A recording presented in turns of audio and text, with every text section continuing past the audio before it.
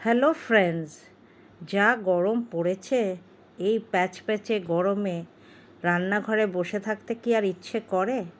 মনে হয় কখন রান্নাঘর থেকে বেরিয়ে যাব। তাই আজকে যে রান্নাটি দেখাতে চলেছি, এই একটি রান্না করলেই আমার মনে হয় কোনো আর অন্য পদ করতেও হবে না, আর এটা খুব আনন্দ সহকারে সবাই খাবে। তো সেই জন্য আপনাদের সাথে শেয়ার করে নিচ্ছি এই রেসিপিটি।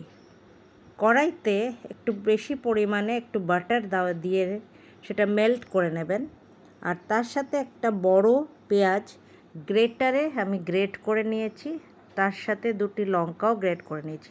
এবার লঙ্কার আন্দাজ আপনি নিজে যেরম খেতে চান সেই হিসাবে, ঝাল যেরম আপনাদের বাড়িতে সে খায় সেই হিসাবে আপনি দিয়ে নেবেন। নাড়াচাড়া করে একটু লালচে রং ধরলে পরেই পেঁয়াজে আমি এবার গ্রেট করা এখানে গাজর আর বিনস দিয়ে নিয়েছি। কিছু জিনিস যদি ঘরে থাকে রেডি, তাহলে এই রেসিপিটি করতে কোনো সমস্যাই হয় না।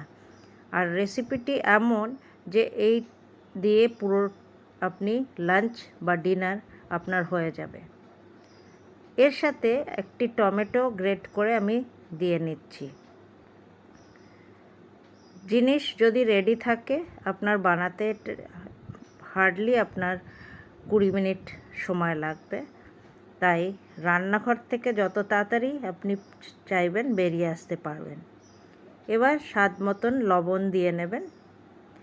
লবণ দেওয়া হলে পরে আপনার গাজরটা ভালো তাড়াতাড়ি সুসিদ্ধ হয়ে যায়।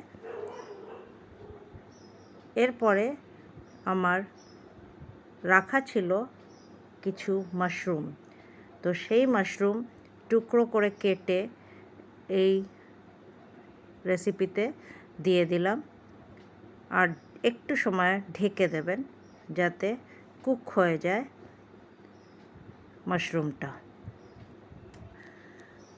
তো গরমে আজকাল যা অবস্থা হয়েছে, আমাদের কারোরই এই রান্নাঘরে থাকতে ইচ্ছে করছে না।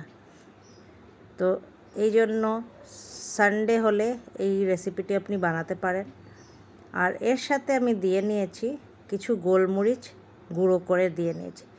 গোলমরিচ ক্রাশ করে দিয়ে নিলে তার স্বাদটা বেশি ভালো আসে। এবার দিয়ে নেব কিছু পনিরের কিউবস। রেসিপিটি পুরো কমপ্লিট, যেটা আপনি পুরোটা আর কোনো কিছু না দিয়ে খেতে পারবেন। ভেজ করেছি, যদি ননভেজও দিতে চান চিংড়ি মাছ দিতে পারেন বা মাছের টুকরো দিতে পারেন কাটা ছাড়িয়ে। এবার আমার বানানো যে ভাত রয়েছে সেই ভাতটা এবার আমি মিশিয়ে এটা ভালো করে মিশিয়ে নেব পুরো এই সবজির সাথে।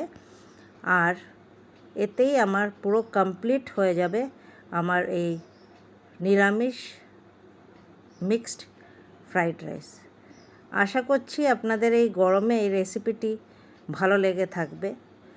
আর গরমের জন্যই দিয়ে নিচ্ছি উপর থেকে একটু লেবুর রস, যাতে একটা ট্যাঞ্জি যে টেস্ট আর আপনার ভাল লাগবে এই গরমে। সাথে যদি আপনি চান তাহলে একটু মিষ্টিও দিয়ে নিতে পারেন।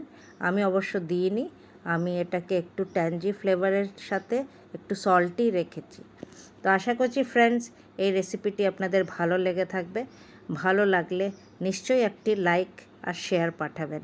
Thank you and bye by.